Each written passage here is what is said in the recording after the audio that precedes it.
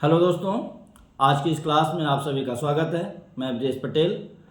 आज की क्लास में हम लोग संवैधानिक विकास क्रम में देखेंगे द्वितीय गोलमेज सम्मेलन। इससे जुड़े हुए विभिन्न तथ्यों का हम लोग अध्ययन करेंगे और प्रयास ये किया जाए कि आपको एग्जाम के लिए क्वेश्चंस मिल जाएं। तो आइए शुरू करते हैं द्वितीय गोलमेज सम्मेलन। देखिए, पहले प्रथम गोलमेज सम्मेलन और गांधी इरविन समझौता दोनों बताया जा चुका है, तो थोड़ा सा उस पर भी फोकस डालते हुए हम आगे बढ़ेंगे। देखिए, होता क्या है, जब प्रथम गोलमेज सम्मेलन हुआ, कांग्रेस ने अपना प्रतिनिधित्व उसमें नहीं किया और पूरी तरह से फ्लॉप रहा।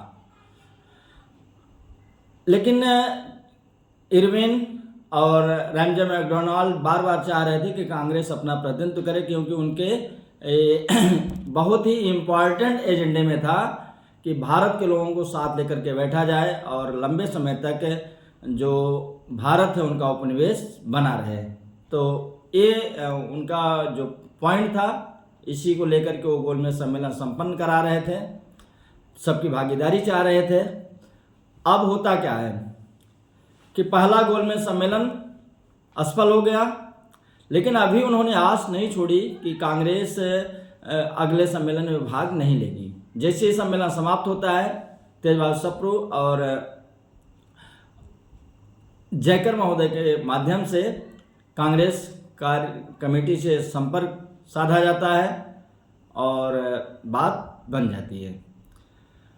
उसके तुरंत बाद गांधी इरविन समझौता की प्रक्रिया आगे बढ़ती है, जो 17 फरवरी 1931 से 5 मार्च 1931 तक चलती है और 5 मार्च 1931 को एक बड़ा निर्णय होता है। अब इस निर्णय के बीच कुछ और घटनाएं घट रही हैं, उसकी भी चर्चा जरूरी है। जो भारतीय राष्ट्रीय आंदोलन चल रहा है, वहाँ पर देखिए होता क्या है कि जब फरवरी माह में गांधी जी और इरविन बैठ करके बातचीत कर रहे हैं, वार्ता कर रहे हैं, उसी बीच 27 फरवरी को हमारे महान क्रांतिकारी चंद्रशेखर आज़ाद अल्फ्रेड पार्क इलाहाबाद, इसमें जो प्रयागराज है वहाँ पर, वो शहीद हो जाते हैं। और जैसे ही 5 मार्च 1931 को गांधी इरविन समझौता संपन्न होता है, उसके कुछ दिन बाद ही 23 मार्च 1931 को लाहौर षड्यंत्र केस में लाहौर जेल में हमारे 3 महान क्रांतिकारियों सरदार भगत सिंह, सुखदेव और राजगुरु, तीनों को फांसी के फंदे पर चढ़ा दिया जाता है। ये घटनाएं हो रही हैं और इसी बीच ये सारी प्रक्रिया भी चल रही है कांग्रेस के नेतृत्व में। और एक और बड़ी घटना होती है, कांग्रेस का जो वार्षिक अधिवेशन है 1931 का, वो भी मार्च महीने में कराची में सरदार वल्लभ भाई पटेल के नेतृत्व में संपन्न कराया जा रहा है और इसी कांग्रेस अधिवेशन में गांधी इरविन समझौते को अप्रूवल दिया जाता है, स्वीकृति दी जाती है। अब रास्ता खुल गया कि कांग्रेस दूसरे गोलमेज सम्मेलन में जाएगी। अब एक राजनीतिक जो वातावरण है वो बदला हुआ भारत में भी नजर आएगा और ब्रिटेन में भी नजर आएगा। देखिए, पहले गोलमेज सम्मेलन के समय भारत में वायसराय लॉर्ड इरविन थे। अब कौन आ गए हैं? अब आ गए हैं लॉर्ड विलिंगडन और वेजनवुड, अभी भी वो भारत सचिव हैं। ब्रिटेन में जो 1929 में सरकार बनी थी, वो थी मजदूर दल की सरकार बनी हुई थी और 1931 आते आते वहाँ पर क्या हो रहा है, वहाँ पर नेशनल गवर्नमेंट का गठन होता है, राष्ट्रीय सरकार का गठन होता है और प्रधानमंत्री तो रैमजे मैकडोनाल्ड ही हैं, लेकिन जो बाल्डविन है कंजर्वेटिव पार्टी के, उनका पूरा नियंत्रण उस पर है। स्वच्छंद तरीके से मैकडोनाल्ड कार्य कर नहीं पा रहे हैं। और एक देखिए बहुत बड़ी घटना हो रही इसी बीच कि 1929 में वैश्विक आर्थिक महामंदी आ जाती है, जिसका प्रभाव भारत, ब्रिटेन या कहिए विश्व के सभी देशों, अब भारत पर भी इसका प्रभाव पड़ता है। भारत के किसानों पर इसका ज़्यादा दुष्प्रभाव पड़ता है। लगान को लेकर के बार बार अपील की जाती है कि माफ़ कर दिया जाए, कमी कर दी जाए, लेकिन कोई ऐसा निर्णय जो यहाँ के वायसराय हैं उनके द्वारा नहीं किया जाता है। और इसीलिए एक बार 13 अगस्त 1931 को गांधी जी मना कर देते हैं कि इन परिस्थितियों में मैं द्वितीय गोलमेज सम्मेलन में भाग नहीं लूँगा या कांग्रेस भाग नहीं लेगी। उसके पीछे एक कारण तो ये बताया जाता है कि लगान संबंधी मामला था। दूसरा ये बताया जाता है कि लॉर्ड इरविन के समय कहा गया था कि जो मुस्लिम प्रतिनिधि जाएंगे उसमें डॉक्टर अंसारी भी जाएंगे, जो कि बहुत उदार रवैया अपनाते थे, और उनके जाने से वहाँ पर कुछ न कुछ अच्छा रिजल्ट निकलता। लेकिन इन वायसराय के द्वारा ऐसा नहीं किया गया और मुस्लिम लीग के वही पुराने नेता, केवल आप मोहम्मद शफी को छोड़ दीजिए, उनकी जगह नए जो सदस्य मोहम्मद इकबाल, बड़ा चर्चित नाम है मुस्लिम लीग का, और मोहम्मद शौकत अली, मोहम्मद अली जिन्ना, आगा खातरती, फजलुल हक, ऐसे लोग गए। गांधी जी एकमात्र ऐसे सदस्य थे, ऐसे प्रतिनिधि थे जिनका चुनाव हुआ था। और चाहे देसी रियासतें थीं, चाहे बर्मा के जो 2 सदस्य गए थे, चाहे वो 2 सिख सरदार उज्जवल सिंह, सरदार संपूर्ण सिंह, डॉक्टर भीमराव अम्बेडकर दलितों का जो प्रतिनिधित्व कर रहे थे, और जो देसी रियासतें थीं उसमें बीकानेर, भोपाल, पटियाला, मैसूर, जम्मू कश्मीर, हैदराबाद, ये रियासतें ये पहले भी गई थी, इस बार भी इनके प्रतिनिधि गए हैं, चाहे नवाब गए या उनके और राजकुमार जो भी गए। और ये लोग जब गए तो वहाँ पर संघ की बात तो कर रहे हैं, लेकिन अपनी स्वायत्तता को भी नहीं छोड़ना चाह रहे हैं, इसलिए इनसे भी कोई बहुत ज़्यादा कुछ वहाँ मिला नहीं। और अब होता क्या है, सारी चीज़ें हो गई और 7 सितंबर 1931 से 1 दिसंबर 1931 तक ये सबसे लंबा यही खिंचा था।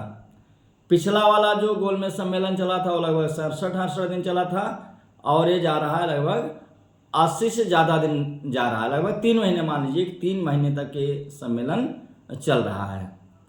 और गांधी जी 29 अगस्त 1931 को बम्बई से पानी के जहाज द्वारा, जिसका नाम है SS राजपूताना, बड़ा चर्चित नाम है, और UPPCS जो GS का पेपर होता था, हमें लगता है कि 2000 में आया था ये, तो इसको जरूर जानते रहिए किस पोस्ट से गए थे। अब कब पहुंचते हैं वहाँ पर वो पहुंचते हैं वहाँ पर 12 सितंबर को पहुंचते हैं। 12 सितंबर को लंदन पहुंचते हैं और एक सत्र वहाँ पर समाप्त हो चुका होता है। फिर वो वहाँ की गतिविधियों में भाग लेना शुरू करते हैं। और कुछ दिन बाद 21 सितंबर को जो ब्रिटिश पार्लियामेंट है, उसकी जो हाउस ऑफ कॉमन्स, उसका जो एक सदन है, उसको संबोधित करते हैं। संबोधित करते हुए उन्होंने बहुत सारी चीज़ों को रखा जिसलिए वो गए थे। उन्होंने तो सबसे पहले पूर्ण स्वराज का मुद्दा उठाया, उस पर अपने सारे तर्क प्रस्तुत किए। उन्होंने रक्षा और विदेश नीति पर भी स्पष्ट अपनी बात कही। जो आर्थिक नीति थी उस पर भी उन्होंने अपनी बात कही कि पूर्ण स्वराज के साथ साथ रक्षा मंत्रालय और विदेश मंत्रालय का जो कार्यभार होगा भारतीयों के हाथ में होगा, और आर्थिक नीति भी स्पष्ट होगी। ये नहीं कि आप लोग सारा धन ब्रिटेन में लाते रहें और हम लोग गरीबी का जीवन यापन करते रहें। कुछ इस ढंग की चीज़ें थीं। तो इतना सब कुछ हो रहा है, लेकिन वहाँ पर देखिए, मैं पहले ही बताया गांधी जी अकेले थे कि जो निर्वाचित गए थे और सब लोग मनोनीत हो गए। तो अपने ढंग के लोगों को वहाँ पर लाया गया था। और यहाँ पर भी अभी जो मुस्लिम लीग के लोग गए थे वो अपने सांप्रदायिक मुद्दे को ही आगे रख रहे थे, उन्हें और चीज़ों से कोई मतलब नहीं था। जो ब्रिटिश सरकार थी वो भी प्रयास से कर रही थी कि जो इनका सांप्रदायिक मुद्दा है वो बना रहे, जिससे बांटो और शासन करो की नीति हमारी आगे बढ़ती रहे। तो और जब 1 दिसंबर 1931 को समापन होता है, तो रामजन मैकडोनाल्ड वहाँ उपस्थित हैं। एक चीज़ और बता दूँ, जो पहला सम्मेलन हुआ उसका उद्घाटन किंग जॉर्ज पंचम ने किया था, लेकिन जो दूसरा सम्मेलन है उसका उद्घाटन भी समापन भी दोनों वहाँ के प्रधानमंत्री कर रहे हैं। और देखा जाए तो जो ये सम्मेलन होता है उसमें कुछ भी मिलता नहीं है, पूरी तरह से असफल ये सिद्ध होता है। उसके अगर हम देखें तो बहुत सारे हमको कारण मिलेंगे। एक तो ये था कि लॉर्ड इरविन का कॉन्सेप्ट था, ये लॉर्ड इरविन रिटायर हो चुके थे, जो दूसरे वेलिंगटन आए थे उनका बहुत ज़्यादा इस पर इंटरेस्ट नहीं था, वो बहुत ज़्यादा कांग्रेस को महत्व नहीं दे रहे थे। दूसरी चीज़ ये थी कि जो मुस्लिम लीग थी उसको अपना सांप्रदायिक निर्णय ही दिखाई पड़ रहा था, उससे आगे वो भी नहीं सोच पा रही थी।